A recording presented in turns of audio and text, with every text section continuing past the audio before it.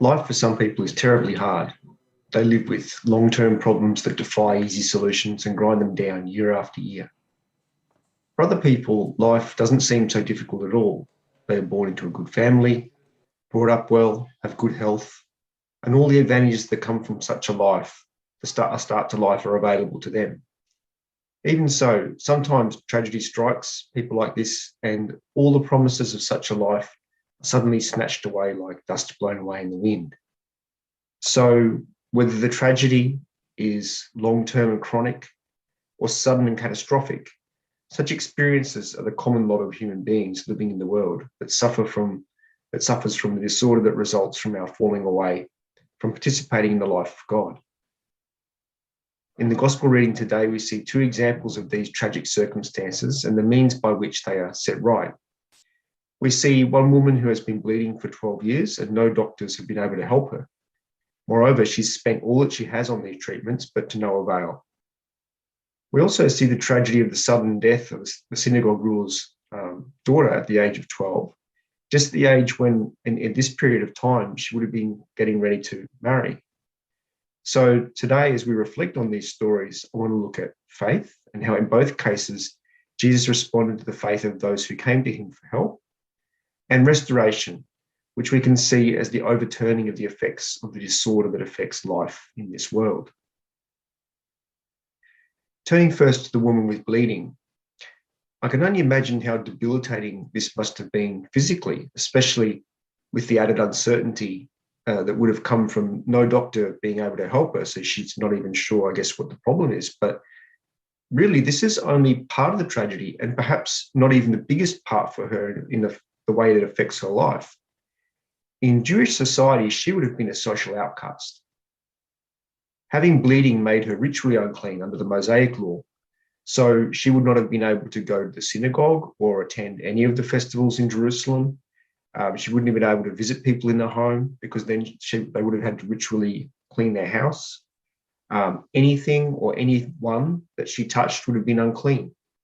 And so similarly, they would have had to go through some ritual cleansing in that case. In any event, she would have been essentially cut off from the life of her community, which of course included all religious and social life. What a terribly isolating existence this would be, and for her, with no prospect of it ever ending. So then it's striking that this woman has not given up hope. But when she hears that Jesus is in town, she acts on the belief that if she can just touch the hem of his garment, she'll be healed. So she pushes her way through the crowd, touches the hem of his garment, and is instantly healed.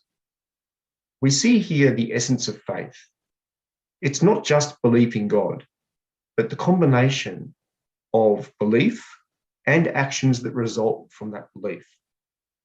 This kind of demonstrable faithfulness to God in doing things, well, not just believing, but actually doing things, despite all of our failures, is the hallmark of true Christian life.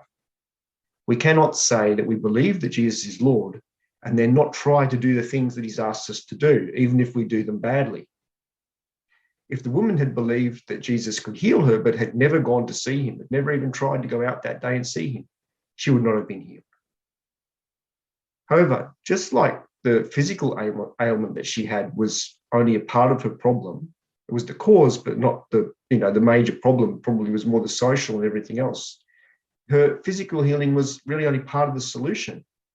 And we hear about the strange circumstance of Jesus asking who touched him when there were so many people jostling around him. There must have been a huge press of people all around him, and the disciples were even saying, "Why are you asking this? There's so many people around here. There's so many people touching you. Why are you asking who touched you?" But of course, Jesus must have known that it was this woman that had touched him, but she was afraid. And he wanted to give her the chance to confess her faith openly. She had hoped to be healed and disappear, with no one ever knowing about it. 12 years of living with an illness that separates you from society would have been a very humbling experience. And because she knew that touching Jesus would make him ritually unclean, she would have been terrified about being found out. But Jesus can't be made unclean. He's God. On the contrary, when we come to him in faith, contact with Jesus makes us clean and heals us. So when the woman knew that she was found out, she confessed what she had done to him, but rather than the terrible punishment that she feared, she received Jesus' words of mercy. Daughter, be of good cheer. Your faith has made you well. Go in peace. And was restored to full life in the community. And the example of her great faith became known to all and has come down to us through the scriptures. Turning now to Jairus' daughter, in stark contrast to the hidden way in which the woman with the bleeding condition came to Jesus, Jairus, the synagogue ruler, synagogue rulers were, as far as I understand it, were people who were fairly important members of the community. So they're members of the synagogue, and they probably gave generously to the upkeep of the synagogue and to its running. So he's a big guy in the local synagogue. But he openly sought out Jesus to heal his daughter, who was dying, and he's leading Jesus to her during this story. But along the way, someone from his house comes and brings the bad news that she's actually dead, and tells Jairus that he should not bother Jesus any longer. Now, Jairus obviously had faith to believe that Jesus could heal his daughter because he had gone to find Jesus and was bringing him to her. But could his faith survive in the face of the worst possible news that a father could receive? What a test of faith this would be. But here Jesus speaks and says, do not be afraid, only believe and she'll be healed. We see that as much as Jesus wanted to heal Jairus' daughter, he also had to strengthen Jairus, who must have been in anguish the whole time, knowing that she was dying. If Jairus had given in to the voices telling him to give up and not to bring Jesus to the house, what a tragedy that would have been. When they got to the house, Jesus made sure to get all of those who would be an obstacle to Jairus and his wife believing Jesus. He got them out of the house. With these obstacles to their faith removed, Jesus healed the girl and she was restored to them well. These stories tell us some important things about how we can approach Christ. Firstly, we're all different. We have different backgrounds, different temperaments, and we're all at different stages of our life with Christ. So it shouldn't be a surprise that there's really no one way to approach Christ. What these stories do teach us is that if we approach Christ with faith, he responds to us, irrespective of the other circumstances. So sometimes it's all that we can do just to reach out and touch the hem of his garment, as did the woman with the bleeding condition. She was so afraid to openly come to him and ask him for healing that she went secretly, but she was She single-mindedly went, but she was afraid. That's all she could do. Sometimes we're not afraid to ask openly for Christ's help, but when difficulties come up or circumstances don't turn out the way that we want, we can begin to fall back and we start to lose our faith. Now, does Jesus always heal us physically or whatever our need may be when we ask? No, God's sovereign and he answers our petitions with our salvation in mind. But that really is just the point. He always answers us in a way that's best for our salvation. And so we should always believe that not only will he do so, he will always answer us in the way that's best for our salvation, but we should also be open to our prayers being answered in ways that we might not expect, but will be for our salvation in the long run.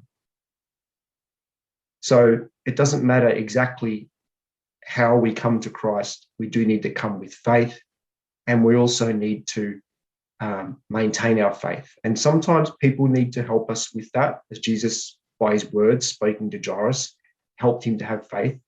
But it's necessary for us to come with faith to Christ and to be persistent. But expect that what he does in the end, in answering us, is going to be for our salvation, not necessarily exactly what we want. Secondly, when Jesus heals, he's not only healing one person, but he's healing communities of people. We saw how the woman with bleeding was restored to full membership in the community so that now she could worship, she could go to the festivals in Jerusalem, she could be social with other people, which she couldn't do. That's not only a huge gain for her, but also for the whole community, because now they have the benefit of her presence and also her witness, the witness of a great woman of faith. On a smaller scale, when Jesus healed Jairus' daughter, he not only healed her, but he restored the whole family to health. You can imagine, and you often see it when, even in our own experience, when you're looking at the news and whatever, if a tragedy strikes a family, occasionally, sometimes the whole family is destroyed by that tragedy. Even if it's one member who dies or whatever it happens to be, the whole family can be destroyed. And so Jesus here not only heals the daughter, but of course heals the entire family and brings it to health. So it's really important that we remember that the difficulties of others are not just a personal matter for them, but their healing is important for us also. So whenever we hear of someone being in trouble in any way, it doesn't matter if they're Christians or non-Christians, anyone that we hear about who needs help, we should pray for them, offer them help, and do what we can to be part of Christ's healing presence in the world. In doing this, we fulfill Christ's commandment to love our neighbours as ourselves and bring the love and mercy of God into our communities and the lives of those around us. Unconquerable trophy of the true faith, door to